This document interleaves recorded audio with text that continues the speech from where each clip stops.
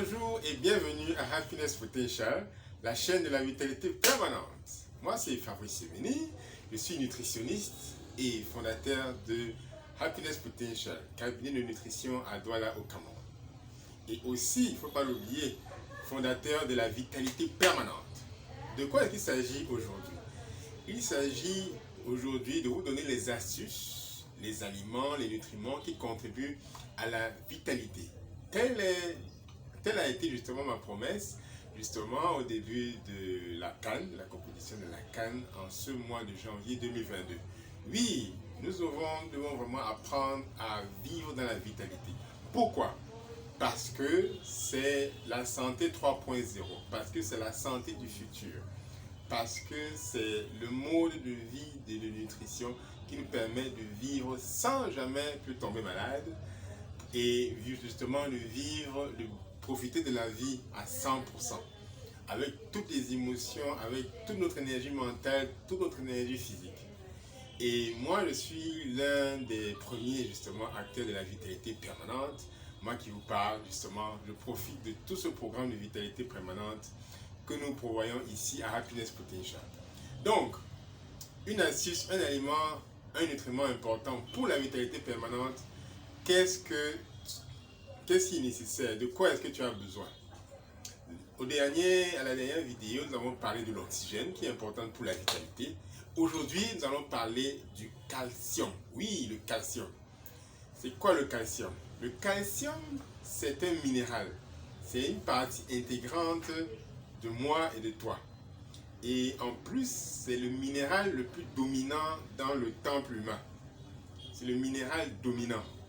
Donc, imaginez-vous, le minéral dominant, lorsqu'il est en déficience, lorsqu'un élément qui est dominant dans un corps, comme l'eau dans le corps humain, lorsque l'eau diminue, justement, on sent les effets. Ça peut être le taux de cholestérol qui augmente, ça peut être des migraines, ça peut être la fatigue, lorsque le taux d'eau dans le corps diminue, parce que c'est le minéral dominant. Bon, parce que c'est le minéral dominant, nous devons faire aussi attention à quels sont les symptômes qu'on ressent lorsque on n'en a pas assez. Je vais parler justement du premier, les caries et les cavités dentaires. Oui, le calcium est logé dans le squelette, dans le crâne et même dans les dents et dans d'autres parties aussi du corps, mais essentiellement là-bas. Donc, les cavités dentaires, des trous dans les dents qui pourrissent, ça c'est un signe d'un déficit en calcium et donc d'une faible vitalité. Aussi, les doigts qui sont tordus. Déjà, dès la naissance, il y a des personnes qui ont les doigts tordus. C'est-à-dire, les doigts ne sont pas droits. Les doigts ont tendance à être un peu courbés. Donc ça, c'est aussi un signe. Mais là, ce sont des doigts qui sont droits, notamment.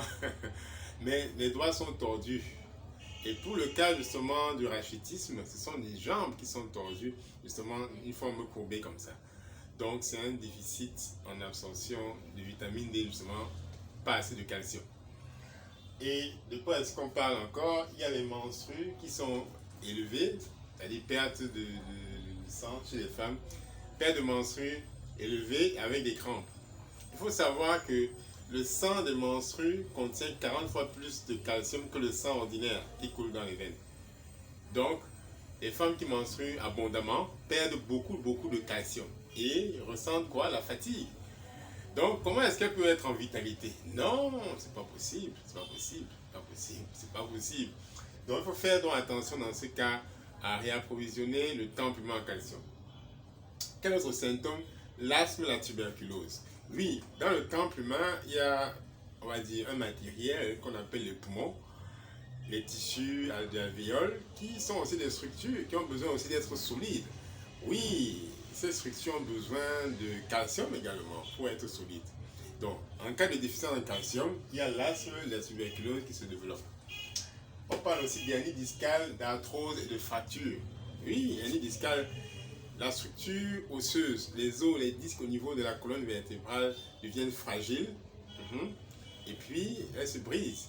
Soit il y a un déficit en cartilage à un moment donné, le cartilage c'est cet élément de mousse, c'était moelleux là qui se trouve entre deux disques. Lorsque ce cartilage-là diminue par un mauvais style de vie ou bien par lorsqu'on est vraiment très très très âgé, lorsque le cartilage diminue, justement les os se coincent justement et ça fait des douleurs. Et même aussi la partie osseuse est rongée parce qu'il y a un manque de calcium.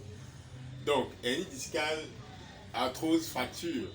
Les arthroses peuvent arriver sur n'importe quelle articulation, notamment le poignet, le genou. Là, il faut faire très attention. Il faut réapprovisionner le temple main en calcium. Ça, c'est un symptôme.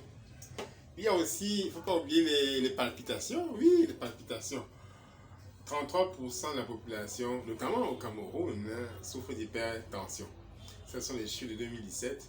Et c'est un gros chiffre, c'est beaucoup. C'est un tiers de la population. Donc, les palpitations reviennent maintenant. C'est le cœur. En lien avec le cœur, le calcium contracte, le magnésium relaxe. Donc, il n'y a pas assez de calcium. L'effet de contraction n'est pas suffisant. Donc, le cœur va battre à un rythme très accéléré et va rendre la personne instable émotionnellement aussi. Et faible et fragile, le souffle sera trop court. Donc, il faut réarmer le cœur avec plus de calcium pour que le cœur, qui est un muscle, sache maintenant se contracter pour en fait booster le sang pour qu'il circule dans tout le corps humain. Oui, c'est ça qu'il s'agit. Ensuite, l'anxiété, la faible concentration. Il faut savoir que le calcium, ce n'est pas seulement pour les éléments physiques comme les os, le squelette. Non, pas seulement. Le calcium, c'est aussi pour la transmission d'un neurone à un autre. Le calcium sert aussi à transmettre l'information d'un neurone à un autre, notamment dans les nerfs périphériques, les neurones dans le corps humain et surtout aussi dans le cerveau.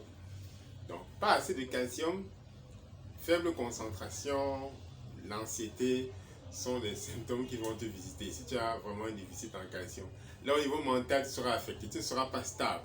C'est pour ça que le calcium, c'est un minéral de vitalité parce que ça te donne la force, c'est-à-dire tu es ancré, tu as les deux pieds sur terre et tu es solide.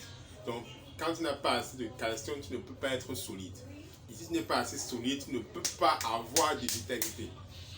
Oui, tu seras léger, par rapport au choc de la vie, par rapport aux chocs physiques qui peuvent arriver.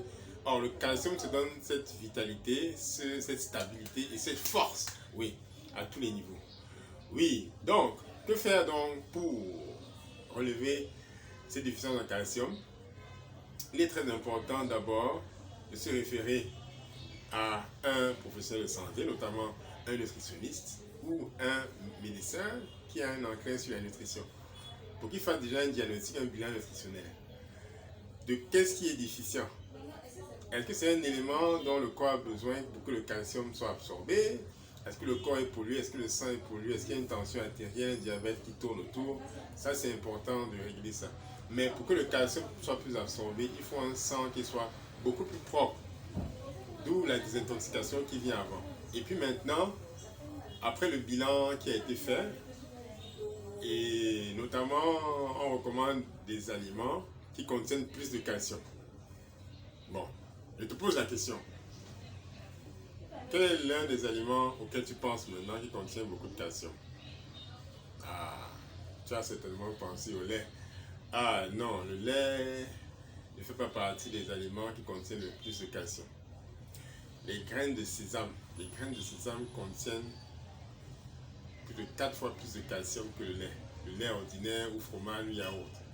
Oui, donc il vaut mieux consommer les graines de sésame qui contiennent 3 à 4 fois plus de calcium justement que le lait. Une tasse pleine de graines de sésame contient près de 1400 mg de calcium. Donc les graines de sésame, c'est intéressant. Les poissons tels que les sardines, tous les légumes verts, tels que les choux, les légumes, tout ce qui concerne les épinards également, contiennent justement beaucoup de calcium. Ça, il faut aussi le dire. En gros, voilà. Bon, pour les personnes qui ne souffrent pas d'allergie aux produits laitiers, il faut savoir que plus de 90% des Africains ne tolèrent pas le lactose. Le lactose, c'est le sucre qu'il y a pour les produits laitiers. Donc, beaucoup de personnes, en consommant les produits laitiers, souffrent d'allergies, de problèmes digestifs et gastriques. Donc, il faut donc faire attention, il faut donc, c'est mieux de consommer des aliments qui ne provoquent pas des problèmes de santé après. Donc c'est pour ça que je ne pense pas d'abord au lait, ou au fromage, ou au yaourt. Oui, il faut savoir que 90% sont allergiques à ça. Donc, voilà donc les éléments qui vont vous aider à remonter votre taux de calcium et qui vont vous permettre d'avoir plus de vitalité. Ceci, c'est un extrait, une capsule d'information pour que vous ayez plus de vitalité, plus de punch. Oui, pensez au calcium, pensez à relever votre taux de calcium notamment. Ça, c'est une capsule de Fabrice Semeni, nutritionniste à Happiness Potential. Là maintenant, je vous demande de suivre justement nos informations en vous abonnant justement à notre chaîne YouTube et en suivant nos informations aussi sur la plateforme WhatsApp, la plateforme Facebook également. Ok, inscris-toi et participe également à notre prochain séminaire gratuit. Merci.